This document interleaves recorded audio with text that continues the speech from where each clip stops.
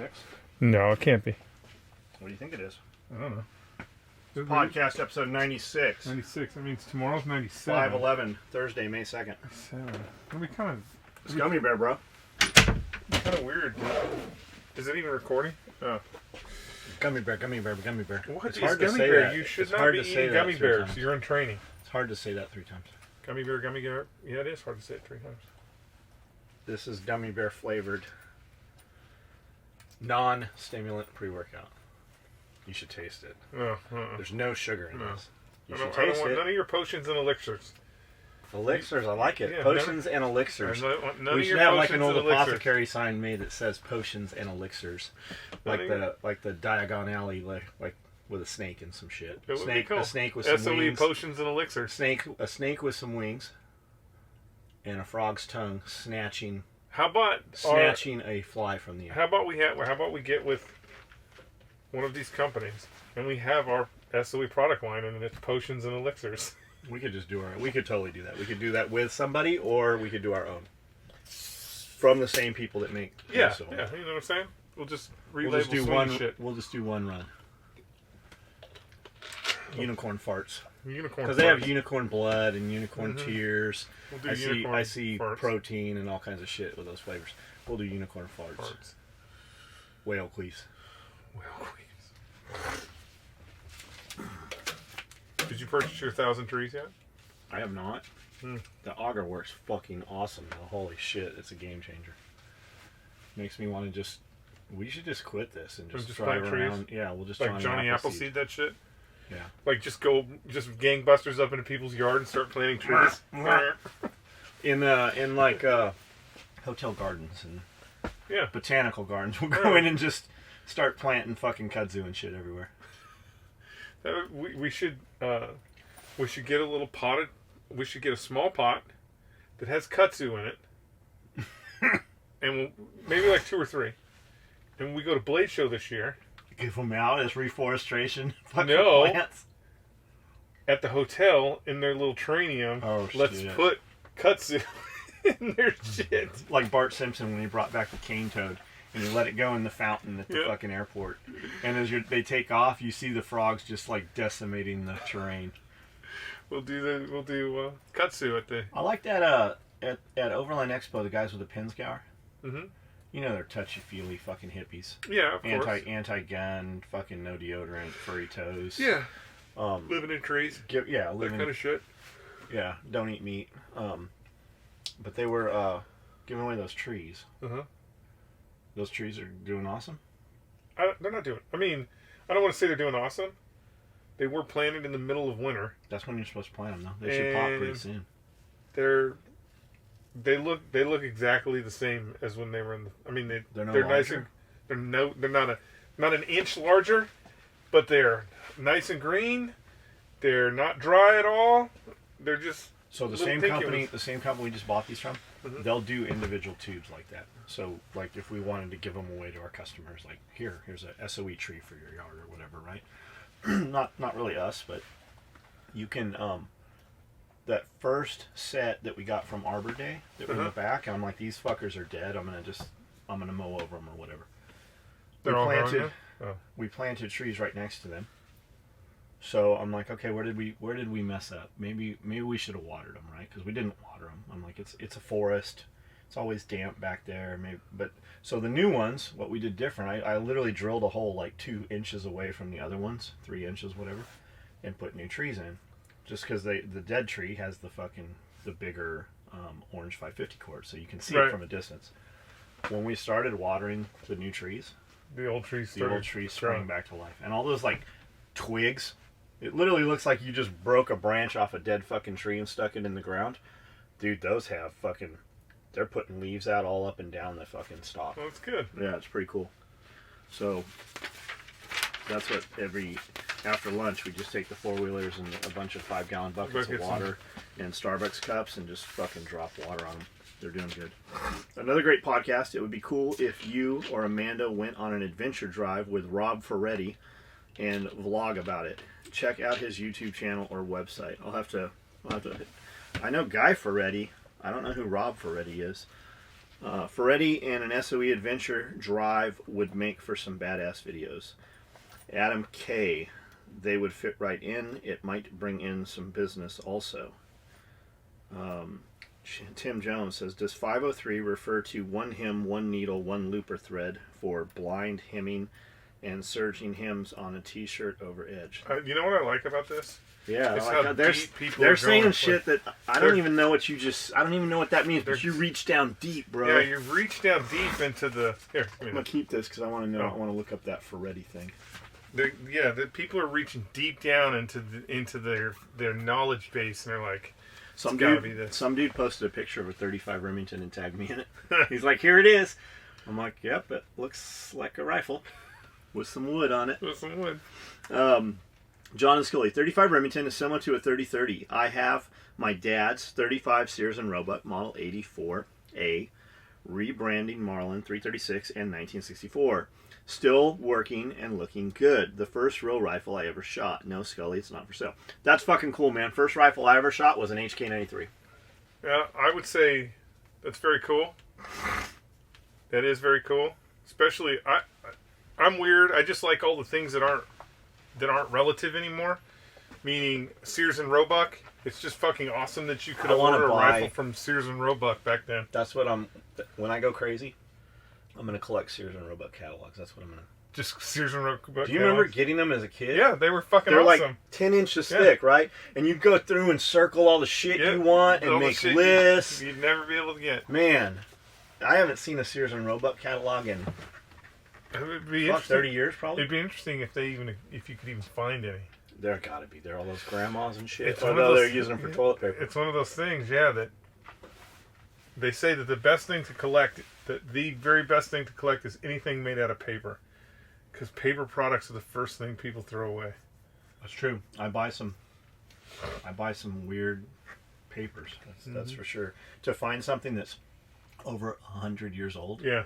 Made of a something that will simply disintegrate when sunlight hits it. That's pretty fucking crazy. First rifle I had was a lever action Sears and Roebuck 22, and it had a magazine, a detachable magazine that was like I guess I'd liken it to like those little 1911 22 pistols. Mm-hmm. You know, like a Ruger Mark II pistol mag, probably. Yeah. So I had this, and I got it from Jeff Hunter, the dude that I worked for, the construction dude that lived up the street. So he of course, I'm sure he sold it to me or something. I don't know how much it cost, but he convinces my mom that I can have this and it's okay to have it because there's no firing pin in it.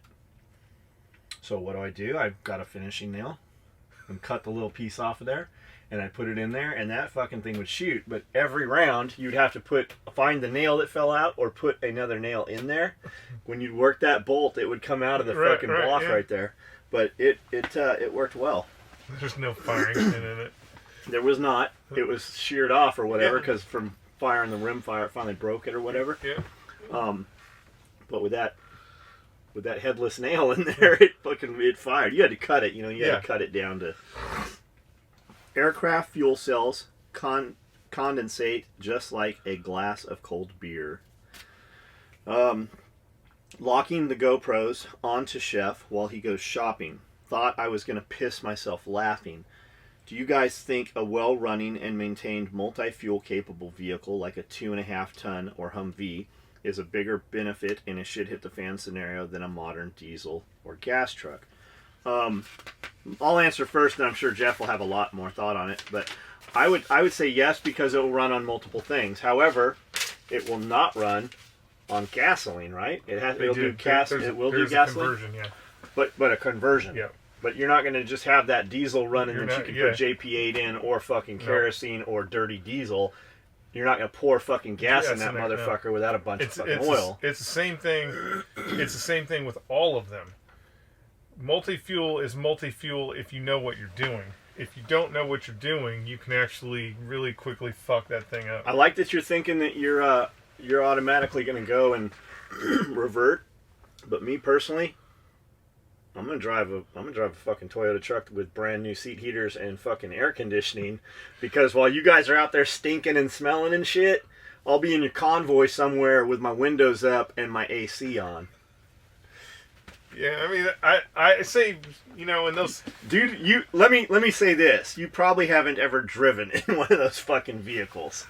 Multi-fuels, it's a good idea. It was a good idea for the military back in the day because they didn't have the logistical support system set up for the type of fuels that were available for all the different vehicles. So you could transition from, you know, the big one was really kerosene. So they would trade out kerosene for fucking diesel fuel and shit like that. Those engines require a little bit more of a fucking...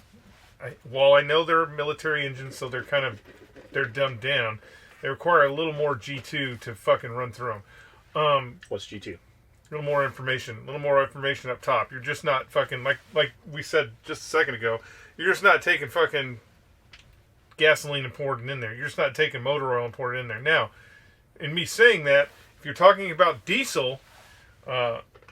you can fucking run a modern diesel vehicle off of fucking peanut oil. I mean, literally go get oil from fucking Walmart, Crisco, anything, and put it in there and run it. You just need a kicker. So, example, what a lot of guys do is they'll have 2 tanks, and so they'll have a tank full of diesel. So you have your regular tank full of diesel, and then you'll have your fucking tank full of Wesson oil or your fucking mortar oil or your biofuel, used oil. And you'll get the truck running and up to temperature, and once it's up to temperature, you'll just switch tanks and run off your fucking French fry oil. There's ways around it. I don't think it... The issue with a multi-fuel vehicle is just like John said. The vehicle itself is going to be an older... I think we stopped making those vehicles in the 60s. So you're talking about a much older vehicle. The weight...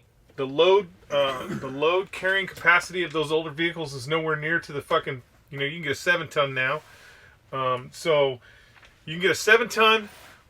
You can get right now off of government deals. You can get a fucking 7-ton with a heater, with an air conditioner, with an automatic transmission. You still got to manually roll up the windows, but you know what I'm saying. You're they're $10,000. What's that, LMTV? No, a 7-ton. It's like a 5-ton, but it's a 7-ton. Yeah, it's just bigger. So you can. Do we still use those? No, because they're at Gov Deals. Yeah, I mean, but it's. But you can get LMTV for 15. Yeah, you can get LMTV for 15. Air conditioned?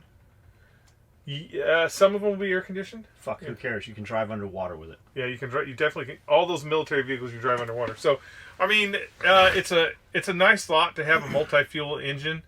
But the reality is, shit hits the fan. What are we talking about? There's going to be... It's like I say with rifles.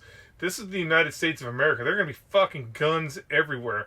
And when you see those movies where the fucking cars are all blocked up in the freeway, and they're all abandoned, and the fucking tennis shoes hanging out the side, and the baby's still strapped into the fucking baby chair, every one of those vehicles has fuel in it. So it will be a long fucking time before you're going to be like, man, I guess there's no fuel left. It'll be a long time. Diesel's a great thought. I get where you're going with the multi-fuel thing. I'm really just fucking with you. That's an awesome idea. I'm still really going to drive the Toyota. It has air conditioning and nice seats and leather and red stitching, you know. It's important things. Yeah. Because I'm going to have 5 fucking other vehicles with me carrying all this shit I don't want to fucking carry. John will be sitting in the Toyota, the Toyota that will be on the trailer, running with the air conditioner on while we're pulling him with the 5-ton. So, diesel's great because you can store it. We have 2 elevated tanks here. They're right around 3. They're 275 gallons each. Yeah. We don't have to really do shit with it. We just call the dude. He comes out and fills it. They bring unleaded as well, and we have a tank for unleaded. We have a 3rd one. And I was going to put it up, and I was asking Eli, Eli doesn't he won't be like, hey, bro, that's a bad idea. I have to ask him what he thinks, and he's like, yeah, that's a bomb. I wouldn't put that right next to my building. Yeah. I'm like, where would you put it? He's like, out there in the woods, where it's shaded. That's a good place for it. So we haven't filled it. We had them bring a load. Well, the tank's divided, for you guys that don't know. Those tanker fuel trucks, diesel's in one compartment, regulars in another compartment. So we opted not to fill the gas tank, elevated tank we have. So we don't have to run a pump or anything. It's just gravity. We have filters online, and it's just like a gas pump at the gas station. But I guess we probably would have cycled through 300 gallons of that because of the razors and the four-wheelers and small engines and shit. But there's a lot more that goes with that. As you empty that tank out, the more surface area there is in that thing. You got shit growing, microbes growing, fucking algae growing in there that doesn't in the diesel. Like, you don't really have to do much with the diesel. You don't have to do anything with kerosene. So in that aspect, it's nice. Now, we're not taking that diesel. This is farm implement fuel. And I haven't heard of anybody getting busted from it lately. But when fuel prices go up, they'll really start enforcing that. We've never put that fuel in our trucks that we run on the road. It's died. Like, if you get a trooper that just has a hair up his ass, or that's just his thing. Like, we have a female trooper running around here, and her thing lately has been stopping all these old geezers running around with lawnmowers on their trailer, and their lights aren't hooked up, or they don't have lights. I thought for the longest time you didn't even have to have fucking lights. I have always plugged mine in and everything on the trailer.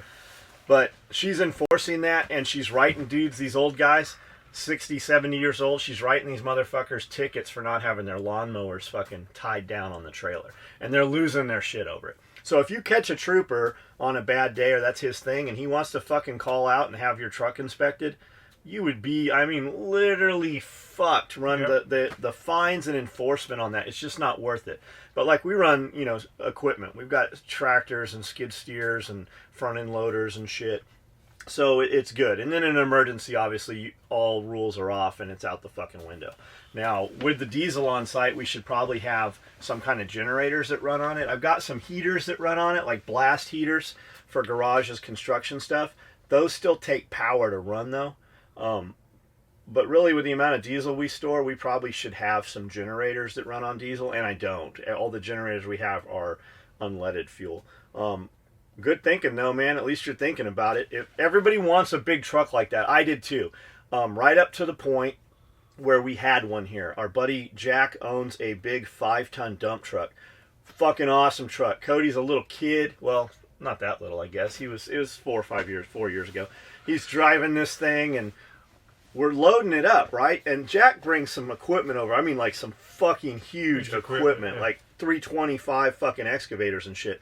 Like, it's like it's like two transformers up on the hill, and they're fighting. Like, as he's pulling trees out of the ground with this thing, we're inside, and you feel it through the slab in the building, and he's fucking 200 yards, 150 yards away.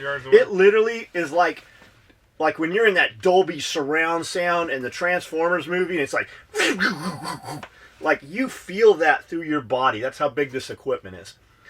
That's the only equipment you can use with that fucking dump truck.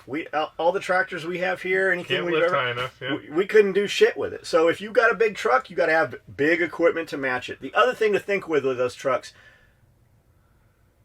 I thought it was an awesome idea because I can get Humvee tires so cheap. 37s, that's what I have on my truck. I'm like, well, I'll get some of these Humvee wheels and have them recentered. So I didn't know what was involved with this. I bought some Humvee wheels to get the tires. Had brand new tires, right? From some guys in Clarksville, some surplus place. We get these wheels, we go buy them. They're like fucking 250 pounds a piece. Yeah. Try one dude fucking trying to get that motherfucker up my tailgate, literally, when my tailgate's down, it's at my neck. So we get these tires home, and I'm going to pull them apart, right? They got magnesium run flats in them. I'm going to pull them apart and keep the tire, right? It just unbolts. Fucking wrong. Bullshit. You got to have some equipment and stuff. So that's with 37s. So I have some recentered 37 on Humvee wheels with bead locks and shit for the truck. They don't ever balance right. So you can drive around town and it's shimmying and shaking and fucking your tires up. But you get on the freeway going anything over fucking 60. At 65, it starts fucking wobbling and doing crazy shit. So these cheap tires that you're saving on, it's eating them to death. Now magnify that with a 2.5 or a 5-ton. It takes a crane. Like the LMTV actually has a fucking boom that lowers that bitch down. Like you get a tire on the side of the road, I don't know, you might be more man than I am, but I'm not changing. I don't know that I could change that tire by myself. I'm sure you could, but it'd probably be faster for me to call some guys. It'd probably be faster to call guys. Sorry about most of my comments being out of the Marine Corps. Skully, that's true. When a female gets preggo, now the ship or squadron does not get the manning back for that sailor on deployment. And that's not it's not ultimately a big deal if you're getting ready to go on a fucking whatever pack and you got one female that gets pregnant. There's always going to be one or two, or realistically, I bet there's 10 guys that are fucking started out that are not deploying with the ship. That's no big deal. That's not really a big deal. But when you have 46 sailors, you have 46 sailors decide they're not gonna deploy, and the best way to do that is to get pregnant. The dudes can't make a decision like that. The dudes got to fucking suck it up and go on deployment. That is a big fucking problem when you have a group of individuals that can change the pace of deployment just by doing one little thing. You should call them snailers instead of sailors. Sorry about most of my... You're going to like this one. Sorry about most of my comments being about the Marine Corps. I just really love hearing Skully's stories times. While I used to be a stone cold killer, I'm now just an old has-been in my early 30s. You're not even old. I'm currently working as a forklift operator in a Pepsi warehouse. In southern Indiana on the night shift picking orders. Night shift is even better. And loading trucks, and I get to listen to your podcast while I work. Yes, Skully, that's right. I get paid to handle mother's milk. Pepsi, and I love it. Been doing it almost 8 years. There ain't no fucking way robots will ever do this job. At least what happens after it's produced. There is an art to slinging Mountain Dews and building pallets with different package sizes. We are decades away from robots doing that. Closest thing to robots is a layer claw forklift that I get to run a couple hours a day, and I'm fucking ninja on it. Let me stop there for a second. You say that robots can't do it because in the manner of which it's stacked. What you're not foreseeing is they're going to change. There's a variable in there that we don't know exists yet. It's just like I say watermelon. What do you automatically think? You think round, white stripes, red fucking flesh, black seeds, round. Go to Japan, those watermelons are fucking square, so they take less room. There's a variable in there that we have not yet foreseen. I hope you're right, man. I hope you're right. We are union and get paid really well for what we do. I also have a CDL Class A, but I only use it like a valet man parking trucks and bringing them in. I literally have more miles backing up in the docks than on the streets. I'm glad you can back up, because I see them videos, them horror stories, those trailers like ripping the whole fucking side of another trailer open. We need to talk about your night shift, and maybe sponsorship. I show up there with a 5-ton, and then we work out a. God, that'd be a good video. What kind of what do you want? What kind of product loss can you have? Or maybe we should just. You want me to just get you syrup? No, I don't want syrup, because the thing about... I have 55-gallon drums. I have 15-gallon drums that had Dr. Pepper in them. I bet we could get you... I know we could, but here's the problem with syrup. Syrup requires a bit of... I'm willing to do it. A bit of knowledge to create the proper mix. What if you could just pour it raw syrup over ice cream? No, that would be nasty. It requires a proper mix, and since I have been in Tennessee, I have not had a fountain drink... Do you know where the best Dr. Pepper in the world comes from? That's been able to fucking compare. You know who has the best Dr. Pepper in the world? Who's that? Don't say Deepak. There's no fucking way. I've never bought any Dr. I don't think I've ever drinking any soda. He's got his fucking syrup containers sitting out in the sunlight, just kind of crumply, not in the box anymore, so it's like a weak-ass wine bag of gelatinous stuff. It is fucking horrific. No, Taco Bell always had better Dr. Pepper. I don't know why. Because their mix was... And Mr. Pibb's just as good as far as I'm concerned. I haven't Taco seen... Bell. That's where I would get my Diet Pepsi. I've never seen any Mr. Pibb in Tennessee. I've found this place that has signage I just don't ever find. I found a Diet Pepsi one, but it was like wrecked, man. It was fucking twist, like a tractor drove over it. I see a lot of Pepsi. I see some really cool, like old school Coke and like Gulf Oil and stuff. The big, like Mobile Pegasus, shit like that. Dude, I found 2 doctor signs. One of them was like late 1800s, and one's super early 1900s. Dude, those fucking just the hangs, tags. One of them's 10, and the other one's, I don't know, probably 10 too, but like $400 or $500, man. They're fucking expensive for that shit. Damn. Hey, Brandon Sweeney, man. I ship something to you literally every day. Every day. Thank you for your orders, man. Thank you. Damn, John, I stayed up till 4 a.m. watching the Gray State video. Wow, down another rabbit hole I go. What'd you think of it, man? What'd you think of it? Like, that really, like, fucking drew me in. Like, it definitely is entertaining.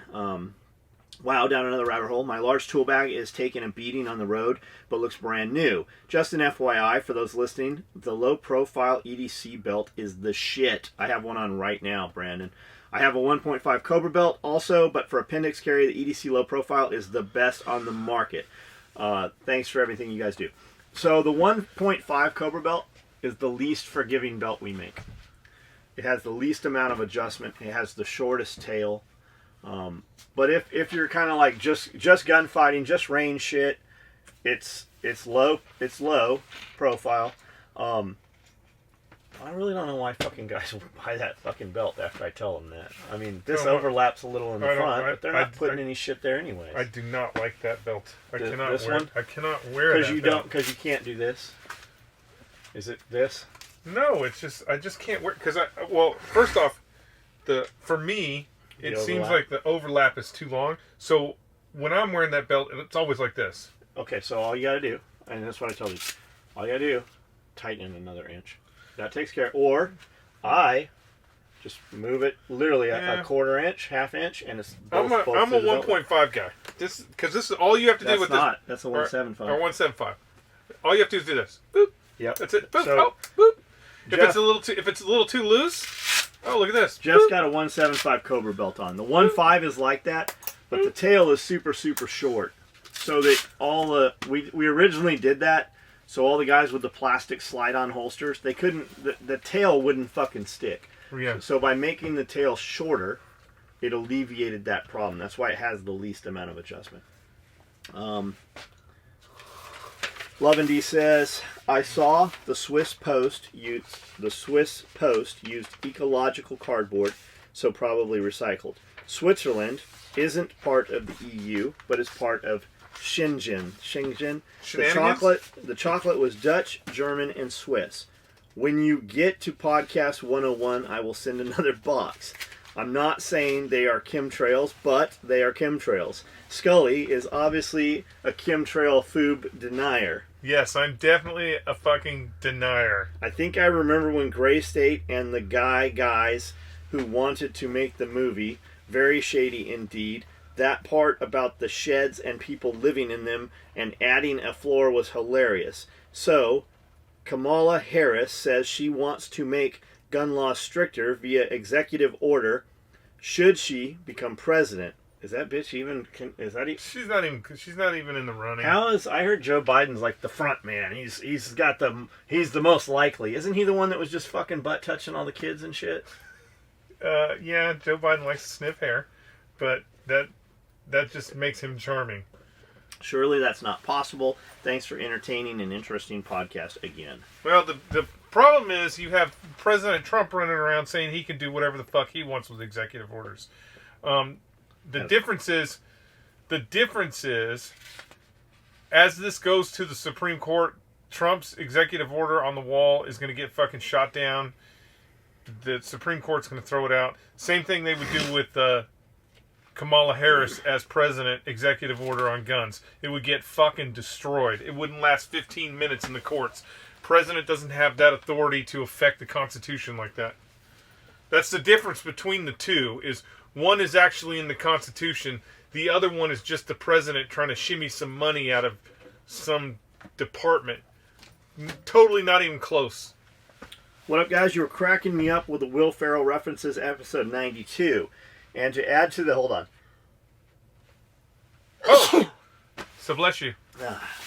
And to add to the Catholic schoolgirl talk, my cousin was sent to an all-girls Catholic school.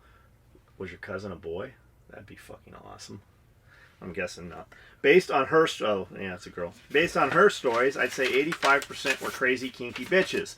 I bet they're all keepers by now. P.S. Look up what a felcher is. Felching, isn't that sucking cum out of some dude's asshole with a straw? I think so. Some crazy shit like that. And then he sends a link in. Worked with an older lady who said she did them on a regular as a lot lizard. We're going to have to look up what his felching is. Oh, shit. I have on the regular. I've seen a single wide that was a 2-story homemade. I've seen a... there's a one that I pass every time that I get that I think is funny. It's probably not that funny, and it's probably not even that original. But I pass a single wide trailer that's pretty close to the road that has an added old school brick fireplace to this fucking dingy ass single wide trailer.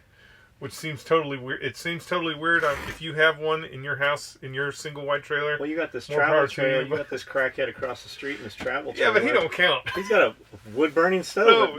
His trailer's been on fire 3 times. 3 times. Like flames coming out of it. Fire truck comes up, shoots it with water. They don't even go inside to see if he's okay nowadays. They just like spray it with water and drive away. He's in a travel trailer. It's not that big. It's probably 20 feet. Yeah, I was going to say 26 foot or 20 foot. He's got that travel trailer.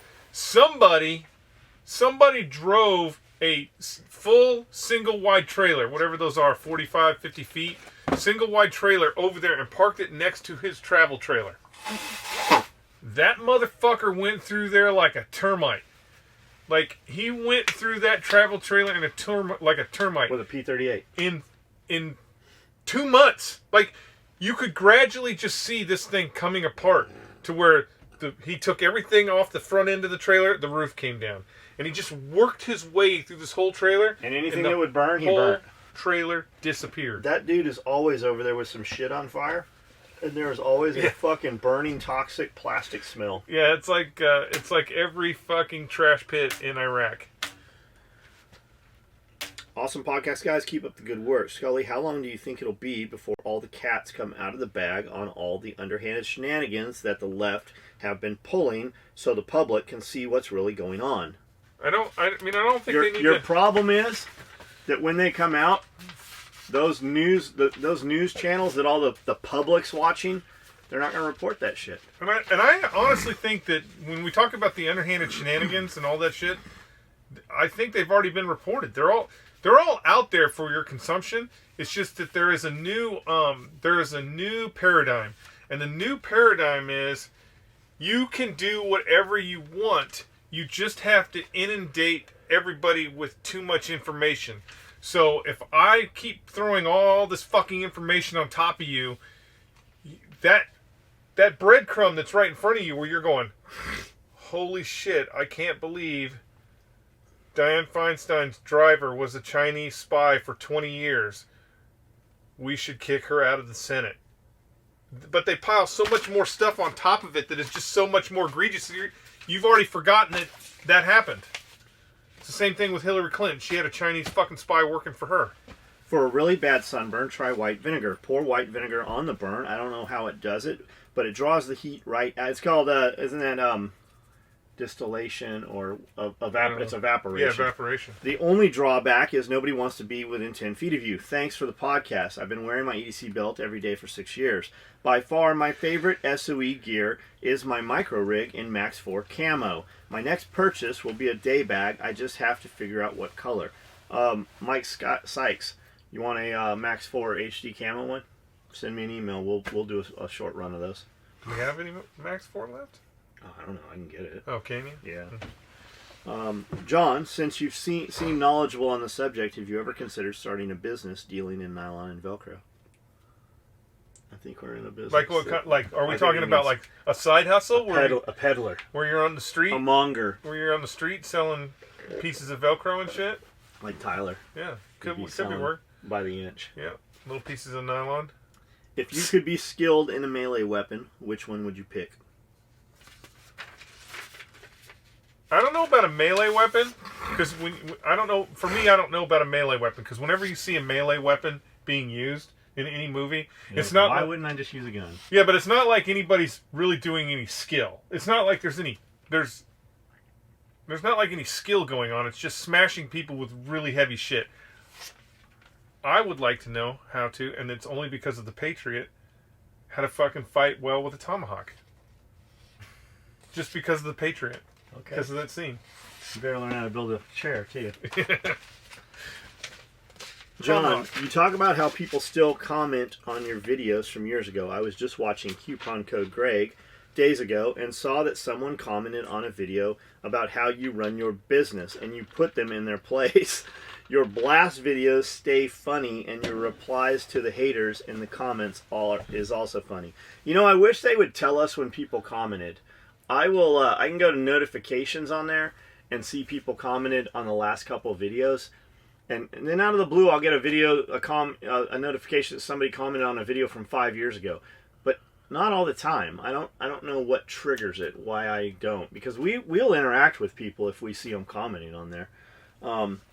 Starting a woodworking business. How's it going, guys? I've been woodworking for years. I make cutting boards, coasters, memento boxes, guitar picks, pick guards, guitar control knobs, and watch display boxes. I use high-quality woods from around the world. I have most of my tools, but I don't really know where to start when it comes to selling it. Should I start local or jump into an online store by buying a website? Thanks for the info. Well, you should always have a website. Do a website, and by website, you don't have to learn code or any of that bullshit anymore. Like our website that we use Shopify. It's all apps. Like you just put in the app that you want. Like I have an app that will hold your cart for you. Like it's hodgepodge. You would think that when you put some shit in a cart, you could go back in a couple days and the shit's still in the cart. We pay extra so that you guys have that feature. I have another app that captures your email address. Would you like to be on our email list and see future promotions? There's an app for everything. It's very much like using Facebook. Our website is our shopping cart software. And then the big thing is have your own site. Don't rely on social media. Use social media, of course. You can sell off of social media also. But use social media you want them to order from your website, so you capture the information. And then you want them to join your email list, so when you have some promotion or you have some new product that you've got 10 of for sale, you want to be able to push that out. And if you have them on email, you own that email list. Whereas if it's on Amazon or it's on Facebook, they can shut you down. Like we get shut down for 30 days at a time. So just have that. But yes, you should get a website. You should get all of your social media. Your website should kind of say what you do. Like ours is SOE Tactical Gear. It says fucking Tactical Gear. Special Operations Equipment. It says Special Operations Equipment. Yours should, whatever your name is, Brian Lucas Woodworking or Brian Lucas Fine Woods, or something like that. You want to sell your product where you can get a lot of money for it. If I took your product here and sold it at the parking lot in Walmart, it's only worth fucking what people are willing to pay at Walmart. But if I take it where there's rich folks, country clubs, art galleries, holiday festivals, then it demands a higher value. If you got Granny up in that motherfucker who's gets a brand new Mercedes Benz every fucking year when they come out, and she's at the fucking country club. It's disposable income. She's not going to buy, even if it was the exact same product, she's not going to buy it at a Walmart price because it's perception of value. You have to have a story. You need a great product. You need good customer or great customer service. And you need a story. And you'll be amazed if you start YouTubing as you build these things and teach people. Most people will watch it for the craftsmanship. You're going to teach some dudes how to build this. There's a ton of dudes in that realm. You're not really making competition for yourself, but you are drawing traffic. Mm-hmm. All the time I see some video on somebody on how to build something, and I want to buy what they're making. I don't want to, like, I would love to have a full wood shop. I would love to have a wood shop, all the Laguna tools and everything in it, everything on an air system. But reality is, I'm not going to go out there and fucking build my own fucking watchwinder boxes. I'm going to order one. Cutting boards. We're doing some cutting boards with a dude. I've got a cutting board Amanda made. Yeah, we could fucking build. I have all the shit to build all that shit. But we're gonna get with a dude that does that, and we're gonna buy a $200 brand, and we're gonna fucking brand that up, and we're gonna take his product and sell it for twice what he fucking sells it for to our customers. And we're only gonna do so many, and we're gonna number them. I don't know if I answered your question, but Brian, send me some emails with some questions if you have something, or PM me on Facebook. It's all about exposure. So you have to have a web page, because the more exposure you have, the more fucking money you can make. The question there, though, is, because you said, should I just do locally? Do you have the capability to ramp up production to a point where you can actually support? I mean, the reality is, you get on the internet, there's 8 billion people that you can fucking touch. If you're doing your social media right and all that, there's 8 billion people you can touch. And if you do it right, that means you could, let's 0.1% of orders based off of that. You're talking a lot of fucking product. Oprah Winfrey used to do this thing all the time where she would find some little bullshit that she liked. This fucking Best Homes fucking can opener. She'd find some little bullshit, and she would not advertise it. She just had this list. She may still do it. I don't know if she still does or not, but she would just have this list where she'd be like, if you want fucking cake, this is where you get cake. If you want fucking, you want to read a book, this is the book you read. Getting on that list was the best thing and the worst thing for everybody who was on that list. Put a lot of companies out of business. Yeah, people would go out of business because they could not ramp up fast enough to make the product, because all the Oprah Winfrey zombies would be like, oh, Oprah says I have to buy this, I'm going to buy it. So just be aware of that. But man, you have to have a website. There is no fucking reason to do business in this 21st century and not have a fucking web page. Yeah. So I just bought some stuff from Rogue. Had it in the shopping cart. Amanda put some things in there. The next night I'm looking at it. I tried this CBD oil this dude sent us from Las Vegas, and it knocked me out. I fell asleep. Woke up, I'm like, I'll fuck with this tomorrow. So I go to the website, and same fucking thing the next night. I'm looking at the website, my shit's in the cart, I fall asleep. So the next day I order the shit. I finally order the shit. But it held all my shit. I'm on FTS Fitness, or Elite FTS, to buy some shit, and I go to buy it, and my fucking cart didn't hold it. Why the fuck would your goddamn website not just retain that shit? Now I gotta go back and look. I was literally trying to buy shit from them that I had no intention. I was literally looking at their 8 pages of new items. I'm like, that looks neat. That looks neat. That looks neat. Had they retained that, my cart was up to like fucking $1,800. I literally still have bought nothing from them because their cart didn't retain it. That costs you maybe $10 a month for that fucking app, if that. What the fuck? The easier you make it for your customers to do business with you, the more business they will do with you. But just put content out, man. Everyday content. Is my vision blurry, or did that monitor just fucking... I don't know. I wasn't looking at the monitor. Content. And post to Instagram, post to Facebook. Make YouTube videos. Yep. You will get a lot of people from there. Jack Spirko just interviewed Survival Podcast. Listened to 2 days ago episode, the guy that owns the fish business. He owns an awesome fish store. He's fucking world famous for fucking fish, right? Guppies and minnows and shit. He has a fish store. He's like, I can't even go to my store, because when I do, it stops everything. Everybody wants to talk to me and get photos and autographs, and it just fucks up the whole flow of the business. So he has this YouTube channel, and he started building this YouTube channel, and he's got 100,000 people on there, or whatever it is. So what he said is something that really struck with me, and I guess we kind of do the same thing, but he said, I don't have to sell a bunch of stuff basically to a bunch of people. He said, I just need to get $1 a month from every one of my subscribers. That's $12 a year for each one of my subscribers. $12 times 250,000, whatever that scales out to. And when you break it down like that, that's really not difficult to do. How do you do that? Subscription membership, reoccurring box membership. He has had, he doesn't ship any fish, though he has the fish store. That's all direct to consumer locally. But he has had filters made and filter media made and pumps made to the point where he actually goes to China and goes and meets with the factories building this stuff. A lot of it's probably rebranding. You know, there's a lot of that shit. But all he has to sell is a $12 fucking filter or $12 something to each customer. And not every customer is going to buy, but for the 3 that don't, the 4th customer is going to buy $500 worth. So he blows that $12 out of the fucking water easily. But it's well worth it. Whether you're into fish or not, I've got, 4 aquariums upstairs. But whether you're into fish or not, business-wise, it's worth listening to it.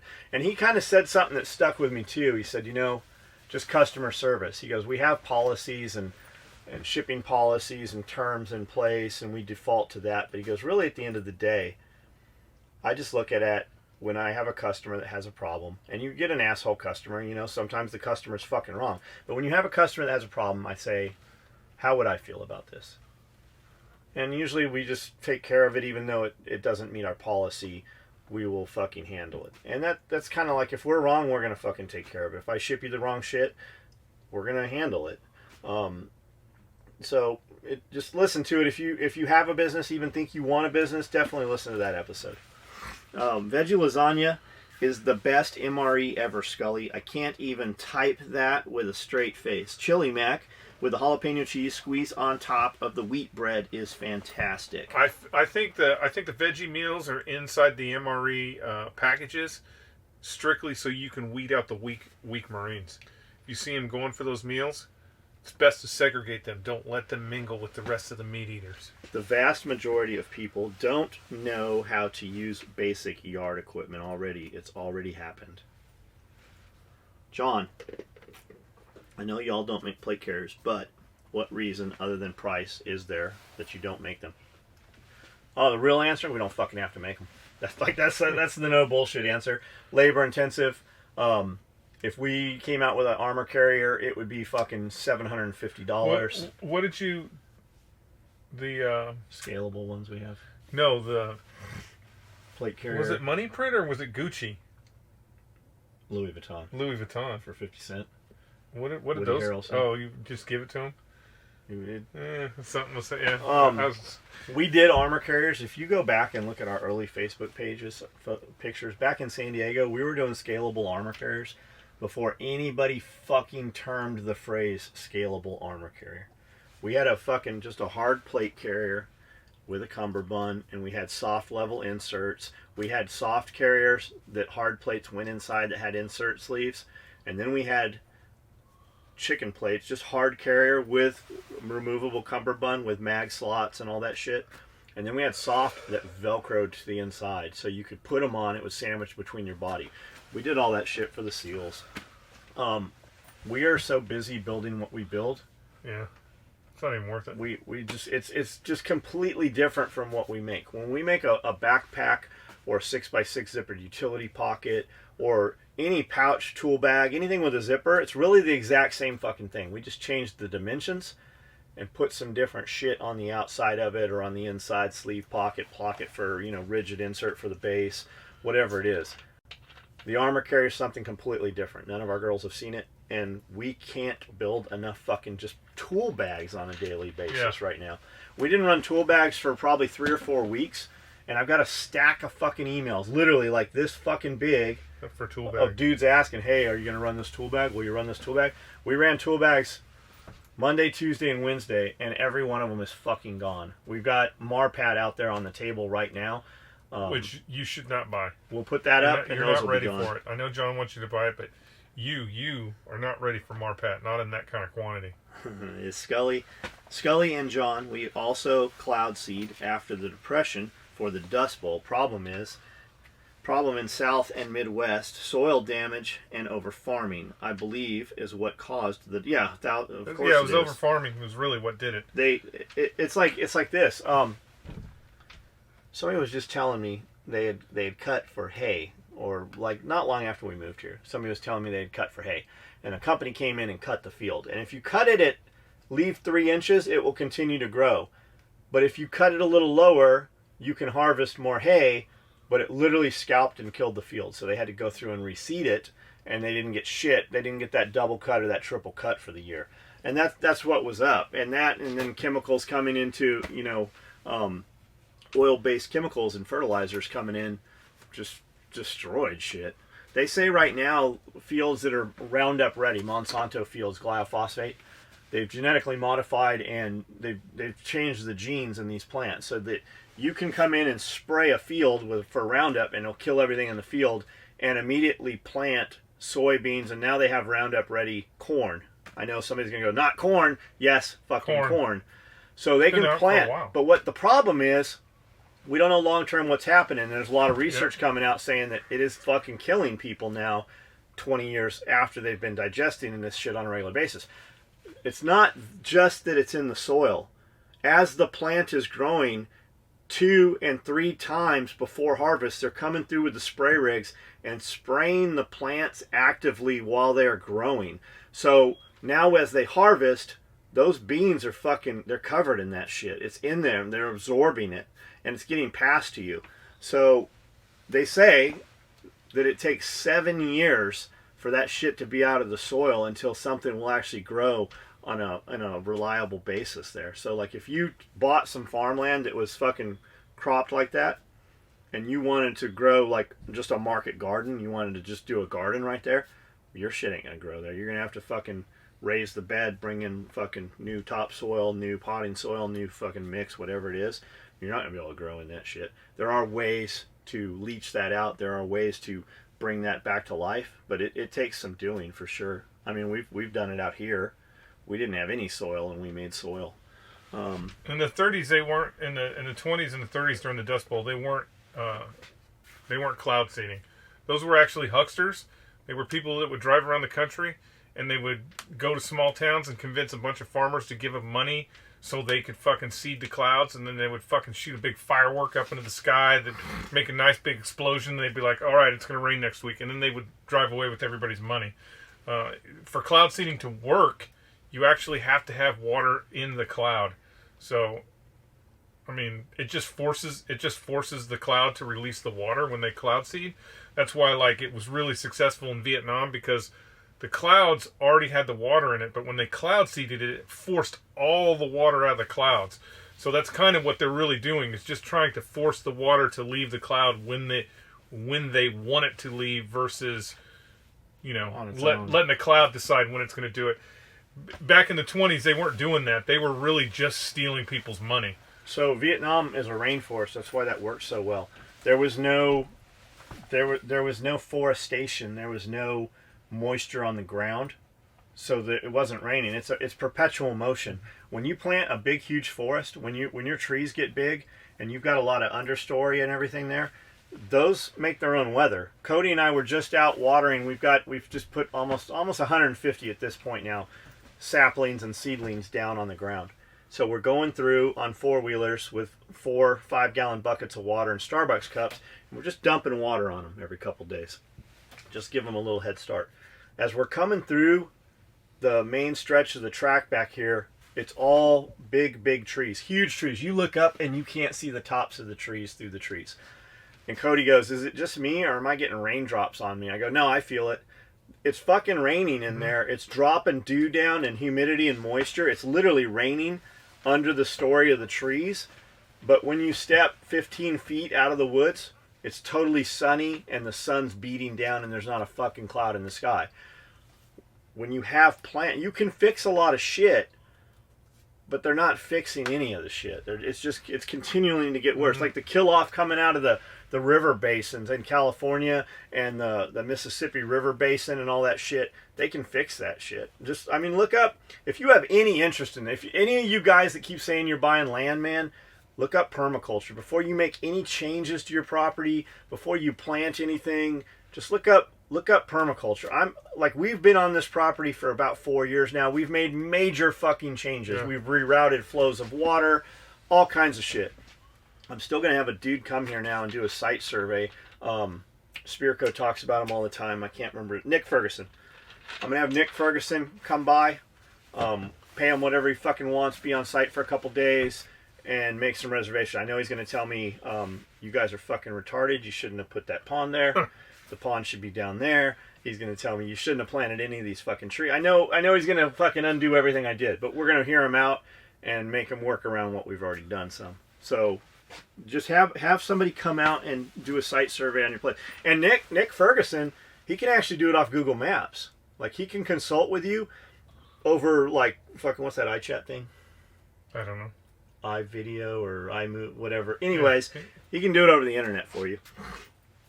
Somewhat. Also, that's when the hemlock was brought to the United States to build fast, hardy hedgerows. Bad part now, it's the vine that grows up old growth and feeds ground cover portion and kills trees. Thanks, SOE crew. I think hemlock. You're saying hemlock now. Hemlock is a poison. It can be used in poisons and sedations and a lot of shit. Hemlock is actually kind of like wormwood, I believe. And I think you're confusing. I might be wrong, but I think you're confusing that with kudzu, which Jimmy Carter brought in. Yeah. To prevent erosion. Erosion control. Now, if you drive, yeah, it works. If you drive from here to Memphis, you will see miles and miles of wood, just forest, just covered in these vines. And it's just, every winter I'm like, why doesn't somebody just light a fucking match and burn that shit just out dead there? forest. It just kills the forest.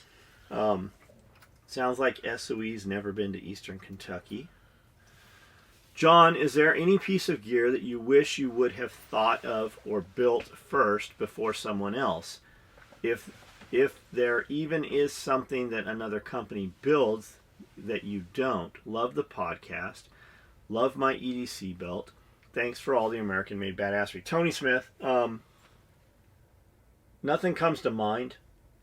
And I don't really give a fuck about another company building some shit. Like, we'll see some company build something to hold something, and I'll be like, man, that's fucking, they really shit the bed on that. And we'll build one and it doesn't look anything fucking like theirs, aside from putting a Coke can in there. I mean, ours holds a Coke can, theirs holds a Coke can, theirs is fucking square, ours is round. I mean, nothing comes to mind. There's definitely some guys out there doing some neat shit right now with laminates and lasers and shit, but no, nothing comes to mind.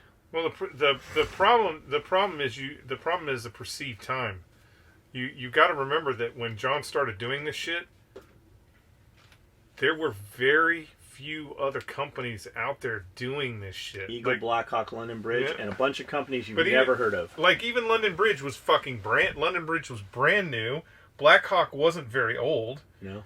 Eagle was really the fucking, like, if you were looking for tactical John Carver gear, started in '84. Yeah, if you were looking for tactical gear, you would look at Eagle. But I mean, there wasn't a lot of people doing a lot of shit. So the thing that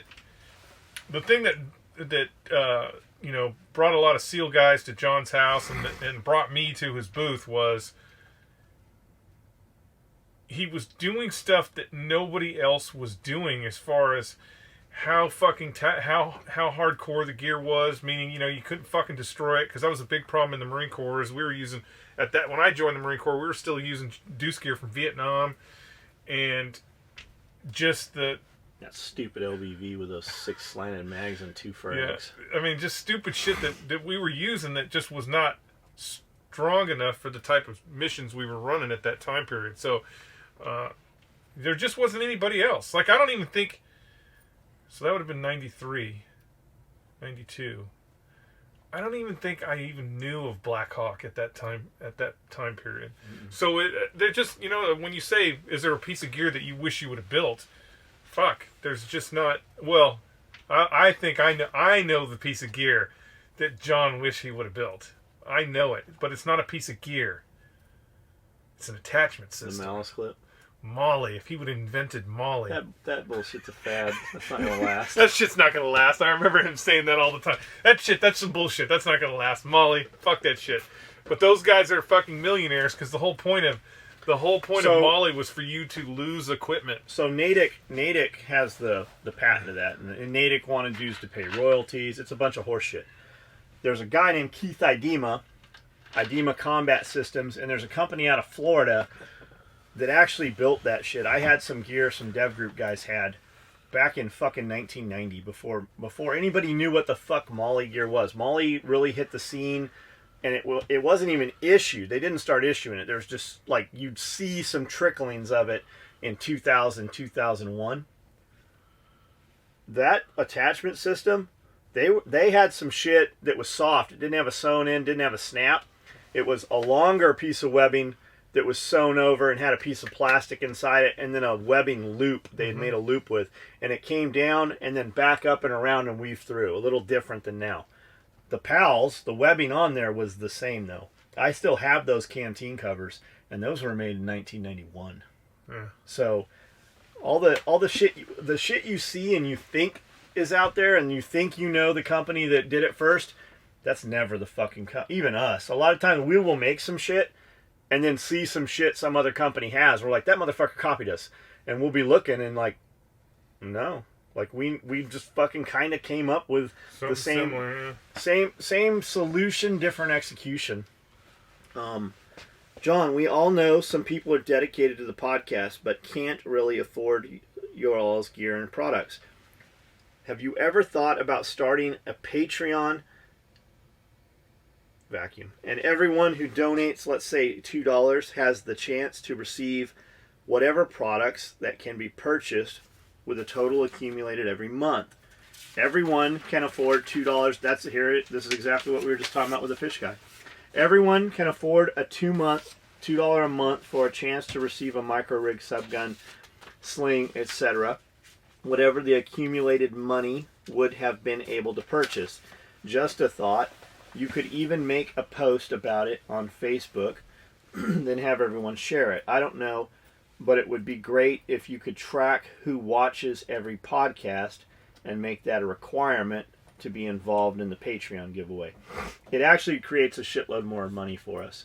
If we're going to accumulate $2 from every 100 people, right? $200 in the pot, and then we give away $200 worth of gear, it's way fucking easier for us because we're going to sell that shit anyways. It would be beneficial to a couple guys who couldn't afford the gear. It'd be a nice thing to do for those guys. But man, it creates literally fucking 1,000 times more work for us when we do that. We're better off just doing a live feed and going, hey, if you buy this, we're going to put a couple $100 bills in these rigs. Like, we've done that several times.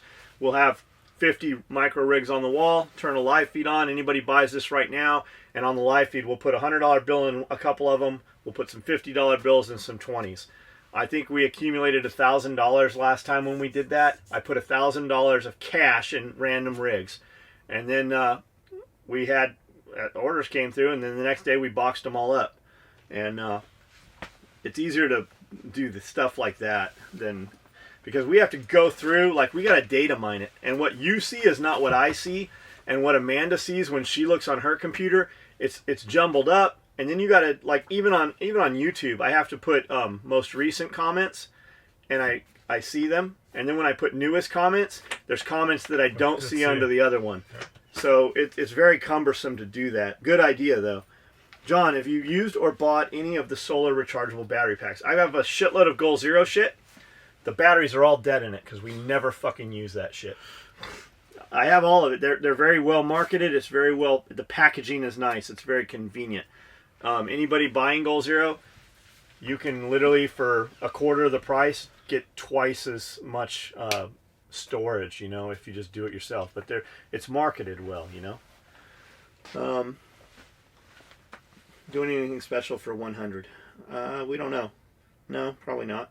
It'll be special, all right, because it'll be the last motherfucking one. I have owned the battery backups to charge from, but never a solar one. Thanks, SOE crew, for the inspiration and hustle harder. Thanks, Gabby, for keeping all this on the rails, and Chef for keeping them nourished like kings. So the solar thing is always a nice idea. You obviously should always have your batteries charged, like keep them plugged in, and then when the lights go out, you've got full juice, and then as you need to charge, you can charge. The thing with using batteries in an emergency situation like that is run silent, run deep, minimize everything, charge all day long, use the juice at night while you're in the house or whatever. And you should try it out long before you need it, because a solar charger does not work like you fucking like you have in your head. Nope. It does not work like that. I'm just gonna throw my phone in my bag, and I'm gonna have a little solar panel over my backpack while we're walking. You're gonna eat the juice faster than it's gonna put it in there. And then when you start talking about bigger stuff, it involves you gotta have a charge controller. There's a lot of other shit that goes with it. There's a company called Affordable Solar or Affordable DC Generator, something like that. I believe he's in Tennessee. One of the sponsors of Jack Spirko's show. Dude seems to really know his shit. Like, get with that dude. Backwoods Solar might be that might be his company. Check him out. Yeah, you consume way more power. We consume way more power than we solar panel generate. If you know anybody that's gone off the grid, you'll see that they are foregoing a lot of things that normal human beings use because of the power consumption of those things. I mean, just cycling stuff. So just getting your refrigerator to cycle or your fucking air conditioning to cycle, you're talking about a lot of power that you have to have back up in reserve. And you will use that, just like John said, you'll pull that power out of those batteries so much faster than the sun will put them in those batteries. And the peak performance of the sun is only a couple hours out of the day if you're lucky. And the other problem with that is all your batteries. If you're blowing your batteries down below 50%, so if you're going down to 30% every day because you've got the air conditioner on, you're just the life of that battery is going out the window immediately. You want to keep it above 50%. You want to keep that battery charged above 50% all the time, which is very hard, which means you've got to have a lot more fucking batteries, and with a lot more batteries comes a lot more battery management. It's a fucking pain in the ass. I want to put some solar stuff at my place, but my house is not very conducive for solar because of the way it was built. So it's built with a lot of old technology, so I'm pulling some real power at my house. I've got the way they built it. There's 2 different air conditioning systems. It's a bit of a fucking pain in the ass. I would like to have something like that, some solar system, but it's going to require me to buy a fucking ton of batteries, and the batteries are expensive. I'm really liking Elon Musk, what he's got going on. I wish Elon would put more of his eggs in one basket and quit trying to spread his eggs all over the goddamn place, because he's just slowing down technology. He's got the solar roof, which was supposed to come out this year, is actually going to be pushed, I believe, another 2 years before they're going to have those things available. And then his battery wall, has been pushed too. So there's some technology. We're at a point right now where there's going to be a flip in the technology where shit is going to be really good versus kind of good, what we have now. And hopefully a price drop once they start doing that shit. Because it's really expensive if you want to go full solar. I find it interesting that people buy homes in neighborhoods for the community, but don't know their neighbors. It's hard to keep a lookout for people casing the neighborhood if you don't know your neighbors. People worry about roving gangs of unprepared people in a grid down situation, but it's your neighbors you should be worried about. Meet them now rather than later. You'll learn who you can trust and who you can't. It's good. That's good advice. It's good advice. People don't buy homes. I don't want to say people buy homes for the neighborhoods. Yes, they're looking at, is the neighborhood clean? Do these people seem like they're reasonable people? They're really buying it for their kids. Like, is that a good school? Are the police going to show up? I mean, you don't move into a neighborhood because you're like, hey, I can't wait to meet all my friends. I know there's probably 10 of you out there that love doing that, but you're not really looking for a home so you can be like, I can't wait for the first block party. Nobody buys the home they want. Yeah. Everybody settles. Think about it. Because you have a number in your head of the house you can afford. Or really, most people buy a house by the payment they can actually make, or the amount of house that the bank will give them. Because the truth is, if you're buying a $500,000 house, you're buying a $500,000 house because that's what you can afford. Because if you could afford $1 million house, you'd be buying $1 million or an $800,000 house. Everybody settles. And if you're in your neighborhood, if you're the guy in your neighborhood and you're the one going, you know, I want to meet all my neighbors so I can figure out who I can trust and who I can't trust, and you're like, hey man, you know what? There might be fucking some sort of thing on the horizon, and you should save a little extra food, and you should do a little bit of this. I've got this power system and a generator in my garage, and you should. All those people are going to be in your fucking front yard when the fucking lights go dim. They're just going to be in your front yard going, hey right. Man, what's up? You got any of that extra fucking chili mac? So with the, you know, settling for your house, most people, yeah, so you hear people, I'm bought it for, you know, I live here and I can't afford to live here, but we do it for the school, right? A lot of people just go, okay, here's the $250,000 houses I can afford, and they go and look at 50 fucking of them, and they buy the one that has the most upgraded kitchen and the most upgraded master bathroom. Yeah. They didn't have any neighborhood in mind. They bought the one that had the best thing. The dude's looking for the garage, looking for the kitchen. She's looking for the kitchen. If you got kids, you're looking at the backyard. Most people don't have any that's how they get fucked. That's how these motherfuckers are living in these 1,500 and 2,000 square foot houses in California that are $1.5 million fucking dollars because I gotta live in that neighborhood. Yeah, you have at it, retard. I find it interesting that people buy homes. Just had to let you know, a Makita ad played during this podcast for me. Never typed it into any Google program. They are listening to the podcast and throwing advertisements on them. You know what? Yeah, and that's true. You know what's interesting though?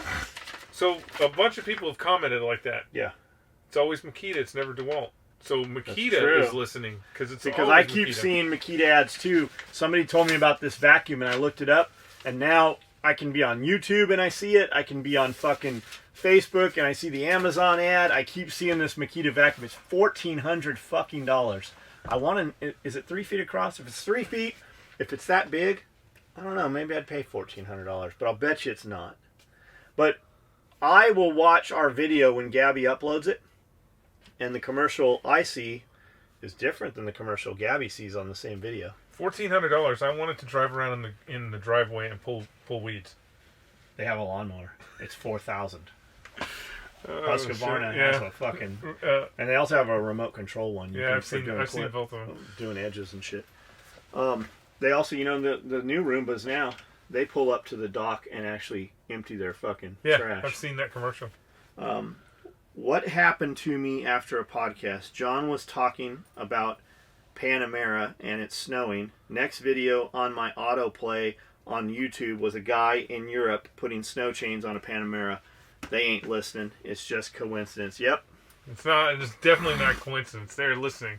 I had a Force Recon Marine who was getting a divorce, and he had a Porsche 944.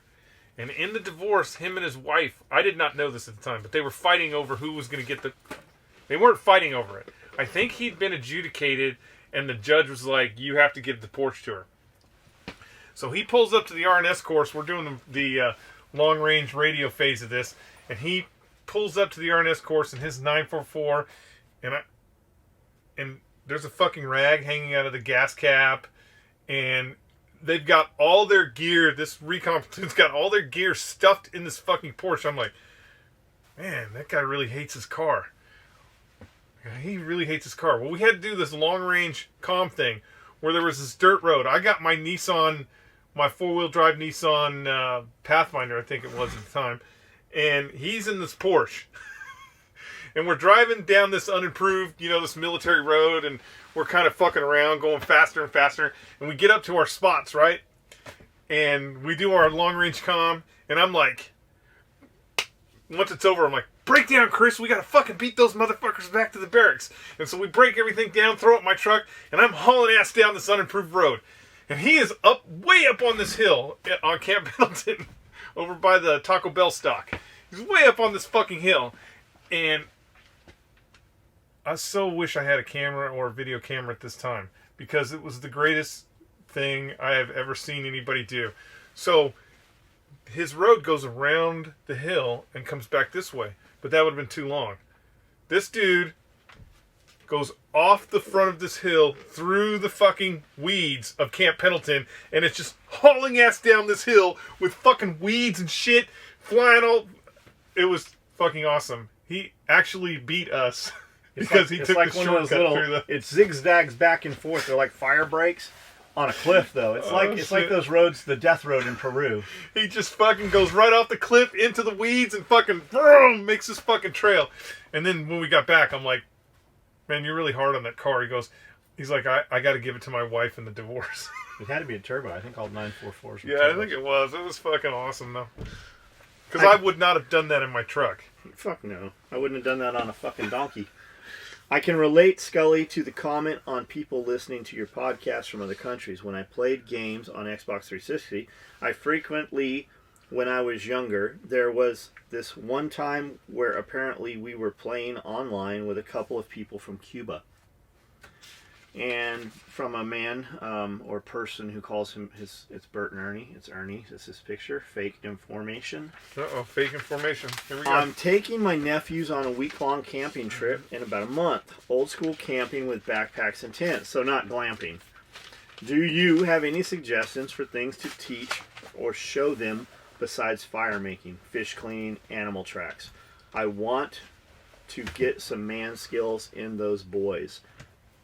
Both are in their early teens. I'll probably bring a .22 pistol with us. Yeah, bugs, lizards, frogs, animals. You don't have to do anything with them. You put some boys outside in the wilderness and just go chase lizards, man. Turn over fallen logs, any trash, debris you find. Go snake hunting. You put kids out, go out in the water and turn the rocks over and find crawfish. You put them out there. They don't need anything else. They will do it on their own. I was just listening to a podcast today. Well, fucking Jack Spirko's podcast had a dude on about black soldier flies. And the dude was like, I grew up between at my mom's house and through the woods was my grandmother's house. And we didn't have, all we did is we would go out in the woods and we would spend all of our free time in the woods, just us boys, sister with us. We didn't ever get in trouble. We were always entertained and we were always learning. We knew everything about every inch of that place. He said, I covered more distance in miles in the 70s on a bicycle than any of these kids do now that have fucking cars. Yeah. And I meant to come and tell you that because that's exactly us. I would get on a BMX bike with, I didn't even have a backpack. I had a bag probably. I don't even know what it was. I had a bag with a shoulder strap. And I had a military canteen, and I would put there, like Camelback didn't exist. There was no two-strapped bag that you could put hydration in. And I'd fill that water up, we would drink it, and just keep going and going and going and going and going. We would eventually find a pond or a hole with some water in it somewhere, and just drink from that. We never got sick. We grew up drinking out of hoses. I mean, we went places on a single-speed BMX bike. I would die today. I went further on a shitty BMX bike further out in the canyon than I did oftentimes on a motorcycle when I was older, or a mountain bike with fucking 18 speeds back then. Now my bike, I think I have 29 speeds on my mountain bike now. It's crazy. Just take them out, man. Just let them be fucking kids. Tell them things. It doesn't even matter what. Like pine trees, a yellow pine, a ponderosa pine will make the Y. The needles are high in vitamin C. The bark smells like vanilla. You can chew on the bark. You can chew on the leaves and get vitamin C out of them. Don't drink from a still body of water. Try to find a running body of water. Not close to the edge, but deeper is better. Not off the bottom because sediment settles. I mean, just tell them anything. It doesn't even matter what you tell them because they probably haven't ever heard any of it before. What do you got?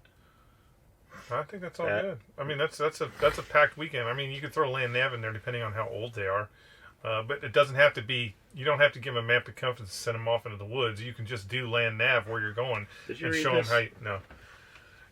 how you. And show you how you do it on the map, how you find features, shit like that. That's always good because it is a dying art, even in the military. Nobody really does real land nav anymore, and in a zero-sum game, when the batteries go out or the satellites fall from the sky, if you believe in satellites, you're going to have to fucking do orienteering. And that's satellites. What that is. Well, there's some, They're in the Smithsonian. Oh, I was going to say, some of these people don't They're believe hanging, yeah, they're models. They're just models, yeah. Land navigation with and without a map and compass, depending on their maturity. Somebody said that. Yeah. It's shocking how Gen Z and millennials can't do simple things like changing a tire. I guess I'm the minority of millennials. I don't know that they can't. I think I think some of it obviously is they can't. But I think every one of them, just from watching television and movies and shit like that, they know what changing a tire is. They know that the tire's in the back. They know that there's a jack on board. I think everybody knows that. I think it's sheer laziness. I think it's sheer fucking laziness. They are not in a hurry to go anywhere, and they know that if they, with their phone, they can make a phone call and somebody will come do it for them. I think that's what it is. Because, think about it. Mom and Dad's probably paying their insurance. Mom and Dad has bought AAA. I know my Verizon service comes with roadside assistance. I've never used it. All my AAA's expired. I should actually put that back on with all the vehicles we have.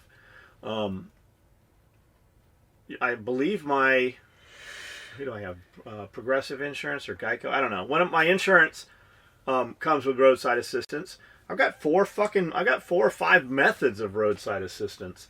I don't use it, but I guarantee you it's been drilled into them. It's just sheer laziness. Why get out and get my hands dirty when I'm only on the way to school? I can just sit here for an hour and wait, and somebody will come fix it. And then I'll just turn around and just tell them that, so I don't have to go to school, or I didn't have to go to work. I got a flat tire. I think it's just sheer fucking laziness. I was getting a drink from QT. What's that? I don't know. When 2 18-year-old girls asked if I knew how to change a tire. I don't mind helping, but changing a tire in body armor and gun belt is a pain in the ass. He must be a fucking cop. I changed it for them, but while I did, I taught them how to change a tire. I couldn't believe their parents didn't teach their daughters how to change a tire and then sent them to college in another state. Yeah, man, I remember Jaeger, both girls. I remember him fucking taking them out there and making them change a tire. We did it with the boys here in the garage. We made a video of it. There's still stuff like I don't know, like how to fly a rocket ship.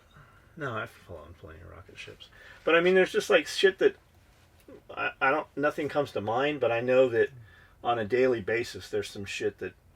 How to make the perfect model airplane? No, I know how to do that. How about a rocking chair? Could you make a rocking chair? You might fall over like the Patriot. That's a lost art. How do you make the wood curve? I have no idea. It's water and pressure. John, have you been to Manel's in Nashville for breakfast? If not, don't eat the day before. Fried chicken and every meat you can think of, muffins, pancakes, biscuits, and gravy. All you can eat. I have never heard of it. I'm definitely going to look it up. Maybe I'll go there this weekend. But I'm bad about, if I got to wait more than 15 minutes at a place, we're going somewhere else. I just have too much shit to do. I will not sit someplace with my name on a waiting list for an hour. Unless it's Christmas and it's Denny's. And it's Denny's, yeah. And the only reason I didn't get up and leave those times is because we had fucking 15 other people with us. Yeah. But I won't sit and wait someplace. It could be the best place in the world, but I have too many.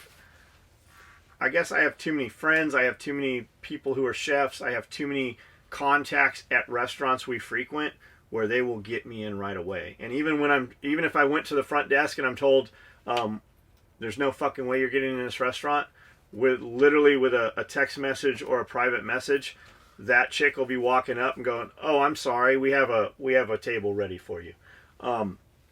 So I just won't sit someplace and just do nothing, because I can, wherever Manel's is, I guarantee there's a McDonald's. I can get 4 Egg McMuffins and just eat the guts out of them and go spend that hour doing something real in Nashville. But I will definitely check it out. If I can make, and another trick a lot of you guys don't know, if you call the restaurant and you're like, yeah, I'd like to get a reservation for 8 o'clock. And the chick's like, ha, yeah, there's no fucking way that's happening. If you get on Open Table, they have to have so many tables reserved. There's dozens of times where I'll call the restaurant first and they're like, sorry, we can't seat you till 9:30. I'll get right on the Open Table app. There's always something, almost always something available, and they do it in 15-minute blocks. So if you want 8 o'clock and they don't have it, it'll say we can get you in 8:15 or 7:45.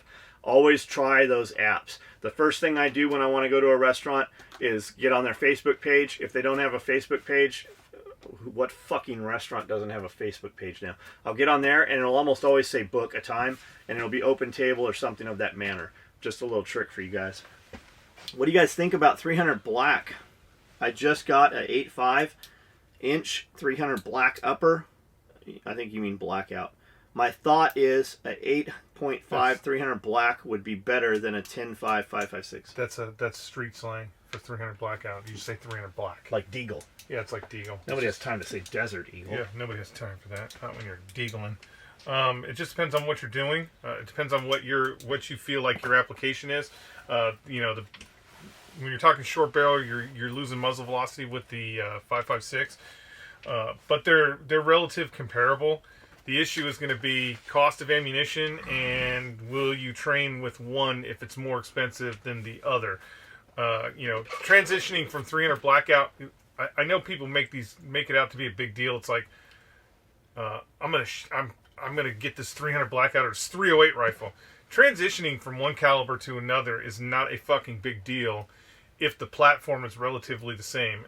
And if you're just using an upper, that means that the lower is probably a regular old fucking AR-15 lower, which means all the mechanics are going to be the same. So, train with one and fucking go to war with the other, or however you want to do it. The best thing about 300 blackout is a suppressor. The best thing about 300 blackout is to be able to take fucking subsonic ammunition, put it in that gun, fire it, and then decide, oh my god, the zombies are even further away than I thought, and being able to put full serve ammunition in that fucking gun and shoot longer ranges. There's a lot of companies that make scopes now that'll have a dual reticle, so that you don't have to. Fucking cool. Yeah, so you don't have to change you don't have to. Do you see both reticles? Yeah, you see both reticles, so one will be above the other. So you can just shoot subsonic. You can be in the house fucking clearing zombies subsonic, and then once you leave the house, you can put full load in there, and all you're doing is just changing the reticle, the point of aim on your reticle. So I mean, it's just like having mil dots kind of, or another hash. Yeah, kind of. It's usually when you change elevation windage, it changes both. Changes both of them. Yeah. So it's pretty good. There's some pretty cool shit out there. You like the amber? You like amber ACOGs or red, or is green? Green. I'm all the SEAL ones were always fucking amber. And they had the Christmas tree in there. I'm kind of old school. I like the red, even though the green is supposed to be better for your night vision, for your eyes in general. But that's one way of looking at it. I've got several 300 blackout rifles. I got fucking 6.8s. Wait a minute. I've bought all the. What's the definition of several? More than one? Mm-mm. More than two? It's 3 or more. Okay, yeah. Well. How many? Several. I have several. You don't even know, do you? I have several 300 blackouts, some full size, some short so you barrels. Say it's better because of the suppressor. Some pistol. Isn't it basically a 5.56 round that shoots a 45 bullet? Wow, isn't that what a kind of blackout is? It's a little more. What was the other fucking? It's a little more 5.56 shooting a. What was the other? You can actually make it with those casings. What was the other death dealing ninja killer before the 300? 6.8. No, maybe it was 6.8. It was 6.8. Everybody said I have a couple of 6.8 rifles. I mean, I played with all the fucking. This is gonna be the next best thing, and it never really is the next best thing. I mean, truth be told, we're not really good in the terminal ballistics area. We're not really changing much in the terminal ballistic area when we're going from what is everybody 6.5? Everybody's got to shoot 6.5. I am not concerned with anything that happens inside the gun while the bullet is flying. The only thing I am concerned about is what that bullet does when it hits the target. I know that there's going to be 100 of you going, well, all those other things matter. But for me, the only thing that matters is what happens when the bullet hits you. That's the only thing that matters. It's the only thing I care about is when the bullet hits you. Because all that other stuff, you are going to fuck up. And when you fuck up, I'm going to shoot you with my 308, 7.62, 6.5 mechanical whatever bullet. So that's what I'm concerned about is terminal ballistics. I don't give a shit about internal or external ballistics. Really. I mean, I do for certain things, but... You know what a facade is, right? Yes. It's like the ghost town, right? Like you're looking at when you come into the ghost town, you see all these big, huge buildings, and you walk in the building, and you're like, this building's a lot smaller inside, because they made this whole grandiose hotel-looking thing in the ghost town, but really it's like it's an Eagle building. It's a fucking mobile home you walked into. That's how, like, when you walk in, like, if you look at fine furniture, especially big pieces with, like, eagles and lions and shit carved on them and stuff, that's actual real wood. A man carved that shit. But when you step into, like, the Gilded Age and the 1900s and shit like that, it has the appearance of that, but it's actually just a fucking big wood mantle, and they made, like, some paper mache. That's how guns are nowadays. They're not changing anything. Yeah. They're just fucking putting paper mache all over them. Nobody's really innovating. I mean, nobody's really innovating. It's interesting that, like, the last time it was in the 90s that somebody was actually innovating with a fucking rifle was the Germans with the G11, and that thing fucking tanked when the fucking Soviet Union collapsed. So if you just imagine if one military would have adopted that rifle, we probably would be using caseless ammunition right now. But because the fucking Soviet Union collapsed, the Germans were like, fuck, that gun's too expensive, we're gonna make fucking HK91s for everybody, enjoy. No worries. If you can find good chocolate, then fair enough. And as the good man said, milk chocolate by Cadbury's is not proper chocolate. I love a Cadbury egg. I have not eaten any. I haven't eaten any of those this year. Well, good, because... What? Because they're 4 years old? Yeah. There's no yolk. There's a goddamn chicken hatched in there. Have you cracked open the cake yet? Which cake? Oh, the cake. No, I have not. No, but good news. 2 days ago, I ate half a cake. Yeah, John ate a real cake. God, it was so good. The better news is Gina's mom went bananas for all that fucking candy and chocolate. So much so that they recently they flew to California for some family thing. To Ghirardelli Square in San Francisco or something. We flew her out to California. There was a family issue that happened. And she was only there for 2 days, and she sent Gina a message, hey, I need you to send me some of that chocolate. So we sent your chocolate. Shit. Your chocolate went. Oh my God. Daniel, your chocolate went here to Nashville, and then it had to be emergency shipped to California. I thought Gina went with her. She left afterward. Got it. With the chocolate. That's why. She wasn't even going. She flew out. Just to deliver the chocolate. She flew out to bring the chocolate. Yeah. Have you cracked open the cake? So, Joe Rogan is looked at as right-wing by some folks. Then some folks are so far from reality, I'm unable to get my head around it. Yeah, what's interesting is the lefty that I heard this from, he's actually got a podcast, and it's if you're looking for it, it's called The Next Civil War, How the Next Civil War Starts. It's a pretty good podcast. It was not bad for the first 3 episodes. You can tell that this guy is a total fucking lefty when he's trying to source out how the next Civil War is going to break down. I got a lot of problems with the way he thinks it's going to happen. But then in like episode 4, all he talks about is why the left is great and the right is fucked up. And he talks about how Joe Rogan needs to be deplatformed. Holy fuck. Because Joe Rogan is an extreme right winger who gave Jordan Peterson an opportunity to come on this show. That's his problem, is Jordan Peterson.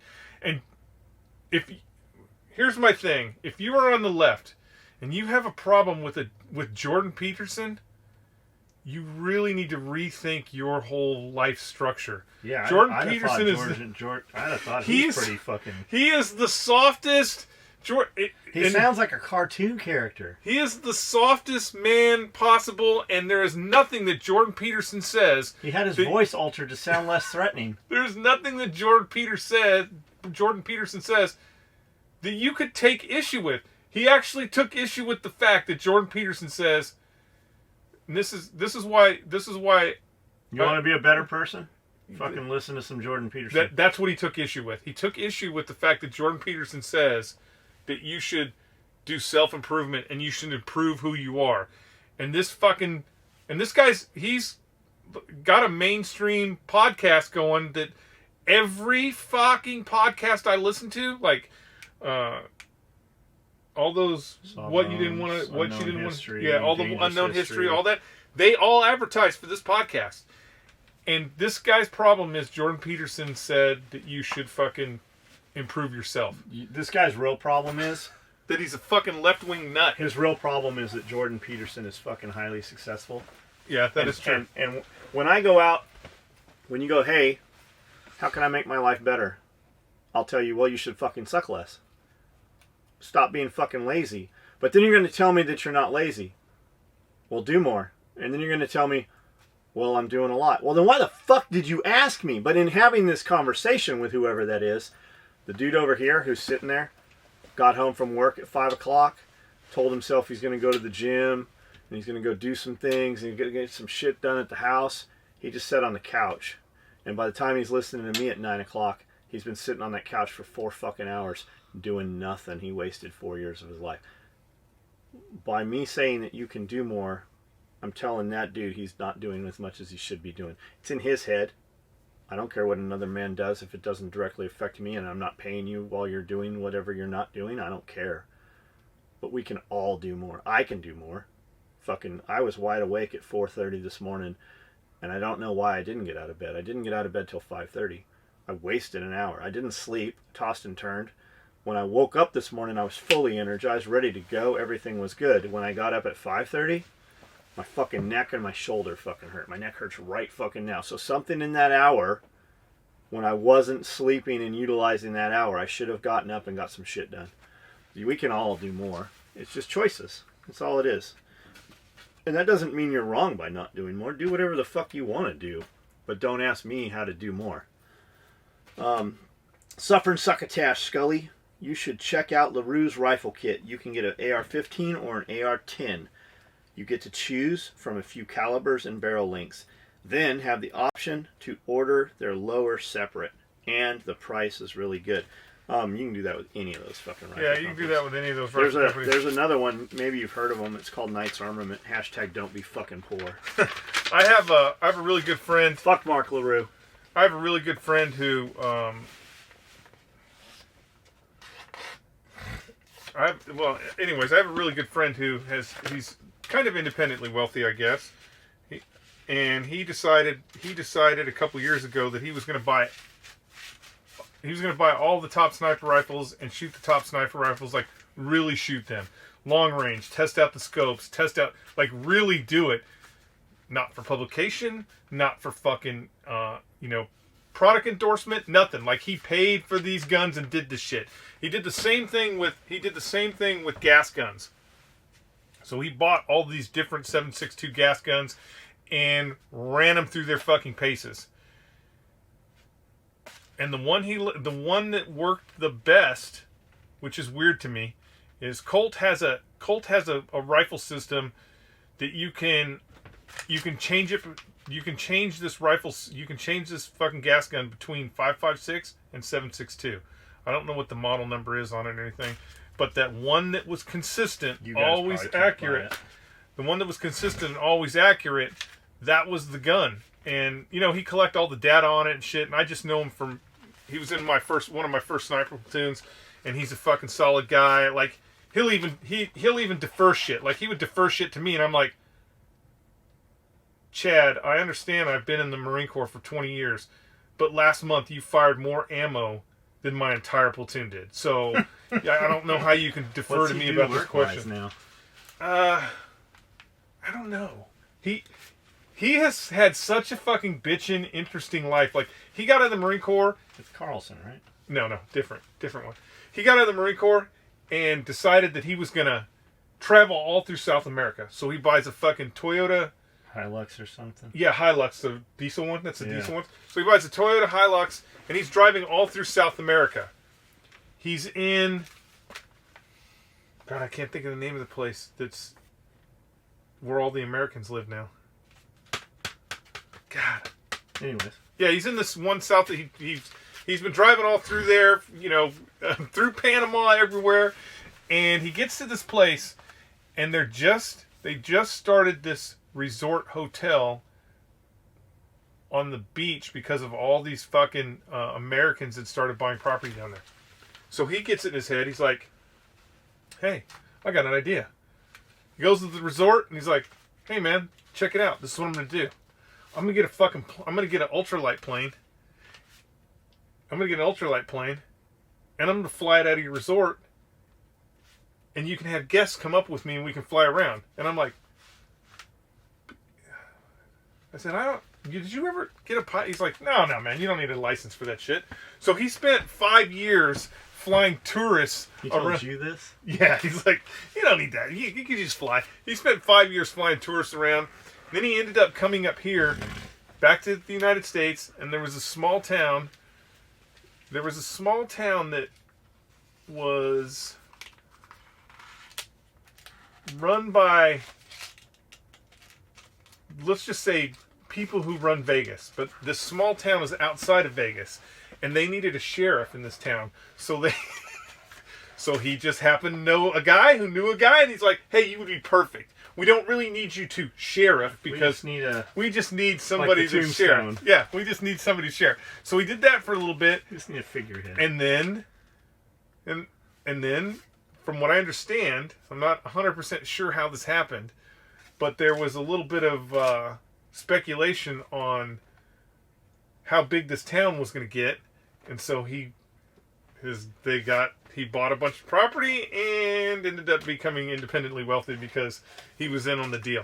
But I mean, he does shit all the time. Like, he just recently moved up to Colorado, and he's like, calls me up.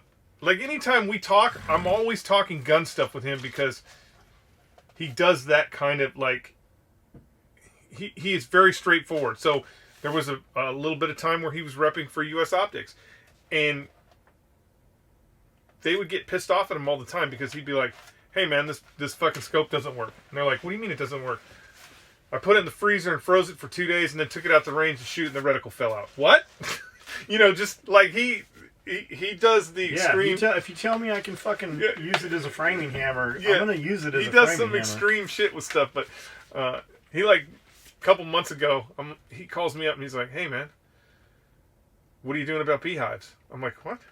He goes, I'm doing beehives.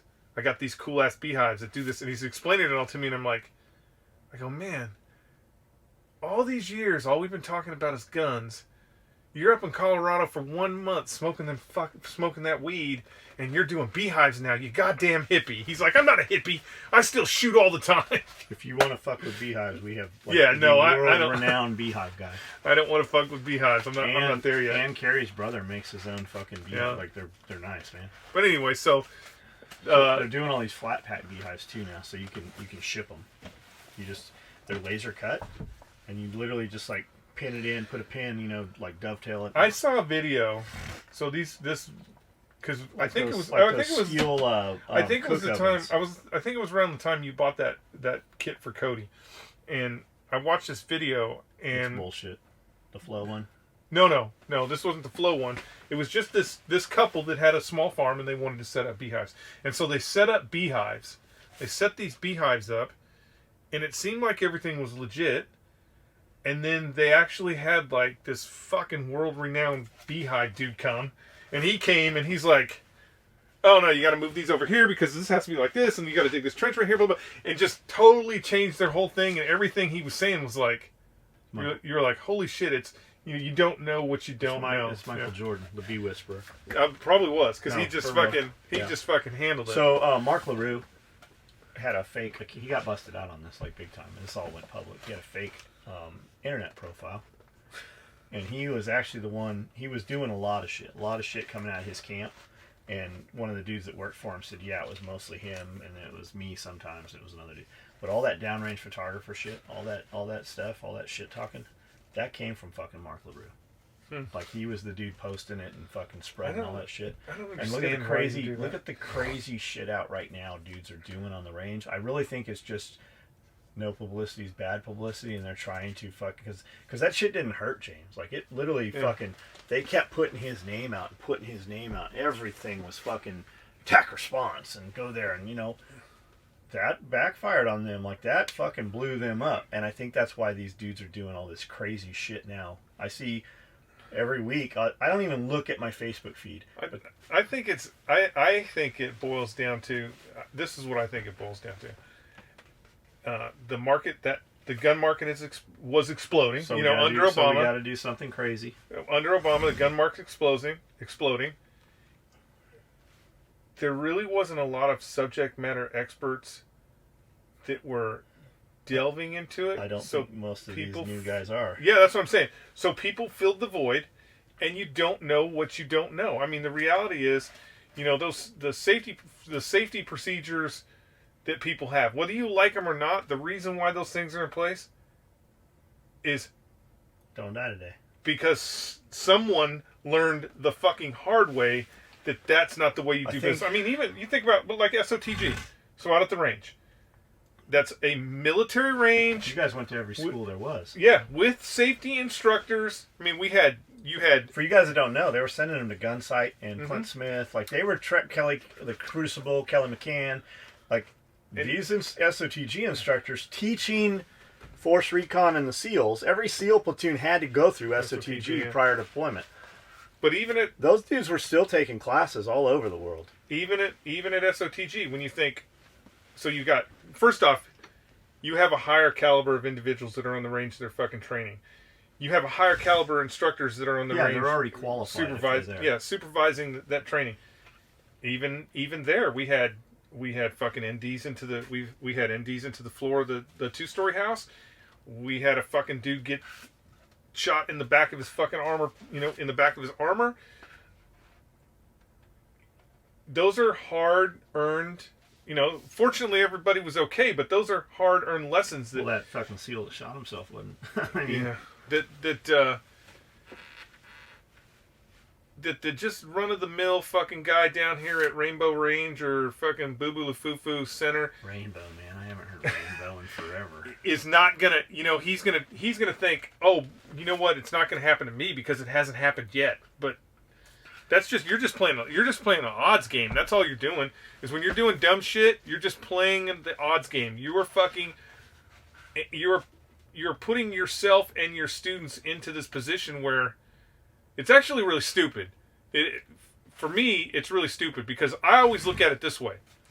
I don't give a shit how fucking loyal you think your customer is. I don't give a shit how loyal you think your customer is. You have somebody get shot on your fucking range, everyone is going to be pointing the fucking finger at you, and everyone is going to be going, yeah, that motherfucker. Even if you're a fucking squared away guy, they're still going to be going, yeah, that motherfucker was always unsafe. So it just adheres to you to just make sure you're doing maximum safety, even though, yeah, it's cool if you're fucking on a zip line doing 360, shooting fucking bullets at targets all over the place. Yeah, that's really cool, but that's how, if Adventure Works is like, hey, we need to up our game, I'd be like, have a shoot night. What? Well, zipline course. Just let them shoot at fucking steel targets. You'd have a whole new clientele. You would have a whole new clientele. Ship figureheads. We mentioned it. I'm trying to find out. I found a figurehead off a ship, and it's a chick with her titties out. The naked mermaid. But she's cupped like this. I'm trying to find one. I want the nipples, like the titties out. But what made me think of that is, and I'll get one. I'll get one. Yeah. I found a real one, like off of an actual wooden one. Have the wood carving guy make you one. I want one that was actually on the ship. Oh, shit. The Nina and the Pinta, Santa Maria. Yeah. There's, I believe they're 1-for-1 exact replicas. Okay. I'm sure there is. They're going to be at Paris Landing, I believe it's this weekend, for tours. Yeah, right. What Really? the fuck are they there? Why are they there? And how did they get there? Yeah, how the fuck did they get there? But they're out on fucking some tour. You know what you're gonna see? I expect to see an eagle building. I expect to see a 20-foot fucking feed shed that kind of has a facade. It's gonna be, but it's going to be so much smaller than you envision. Like I have. Yeah, you're like, how did that get across this lake, much less the ocean? I have a vision of the Columbus coming across on these big sailing ships, but it's not going to be. It's kind of like when you compare the Titanic to a cruise ship. Look how the Vikings were coming across. Yeah, little boats. They didn't even have shelter on some of this shit. It's the same thing with pirates. Like most of the pirate ships were really small. They weren't using big flagships. Well, I've been on the Star of India. I expect it to be Star kind of of India. like Yeah, probably. Maybe a little bit smaller. What stands out even to this day with the Star of India, when you were on the Star of India, when it was in port, it always creaked. It was always... Yeah. They always had the haunted Star of India. Yeah, haunted Star of India. I almost punched the guy I'll bet we're at... 5 hours? 2 hours. Keith, my friend Keith, knocked the dude out at the haunted house at Disneyland. When they used to have a dude there sometimes that would like jump out at you, and then he knocked his chick out, Sarah, in the underground parking garage below Subway. We were coming out of Subway and walked around, and she's like, "Boo!" and boom. Like he didn't even like, boom. He just like I don't know that he even looked at it. He just fucking knocked, and then we realized it was he just knocked her out. That's awesome. I bet it was the last time she did that. Yeah, probably so.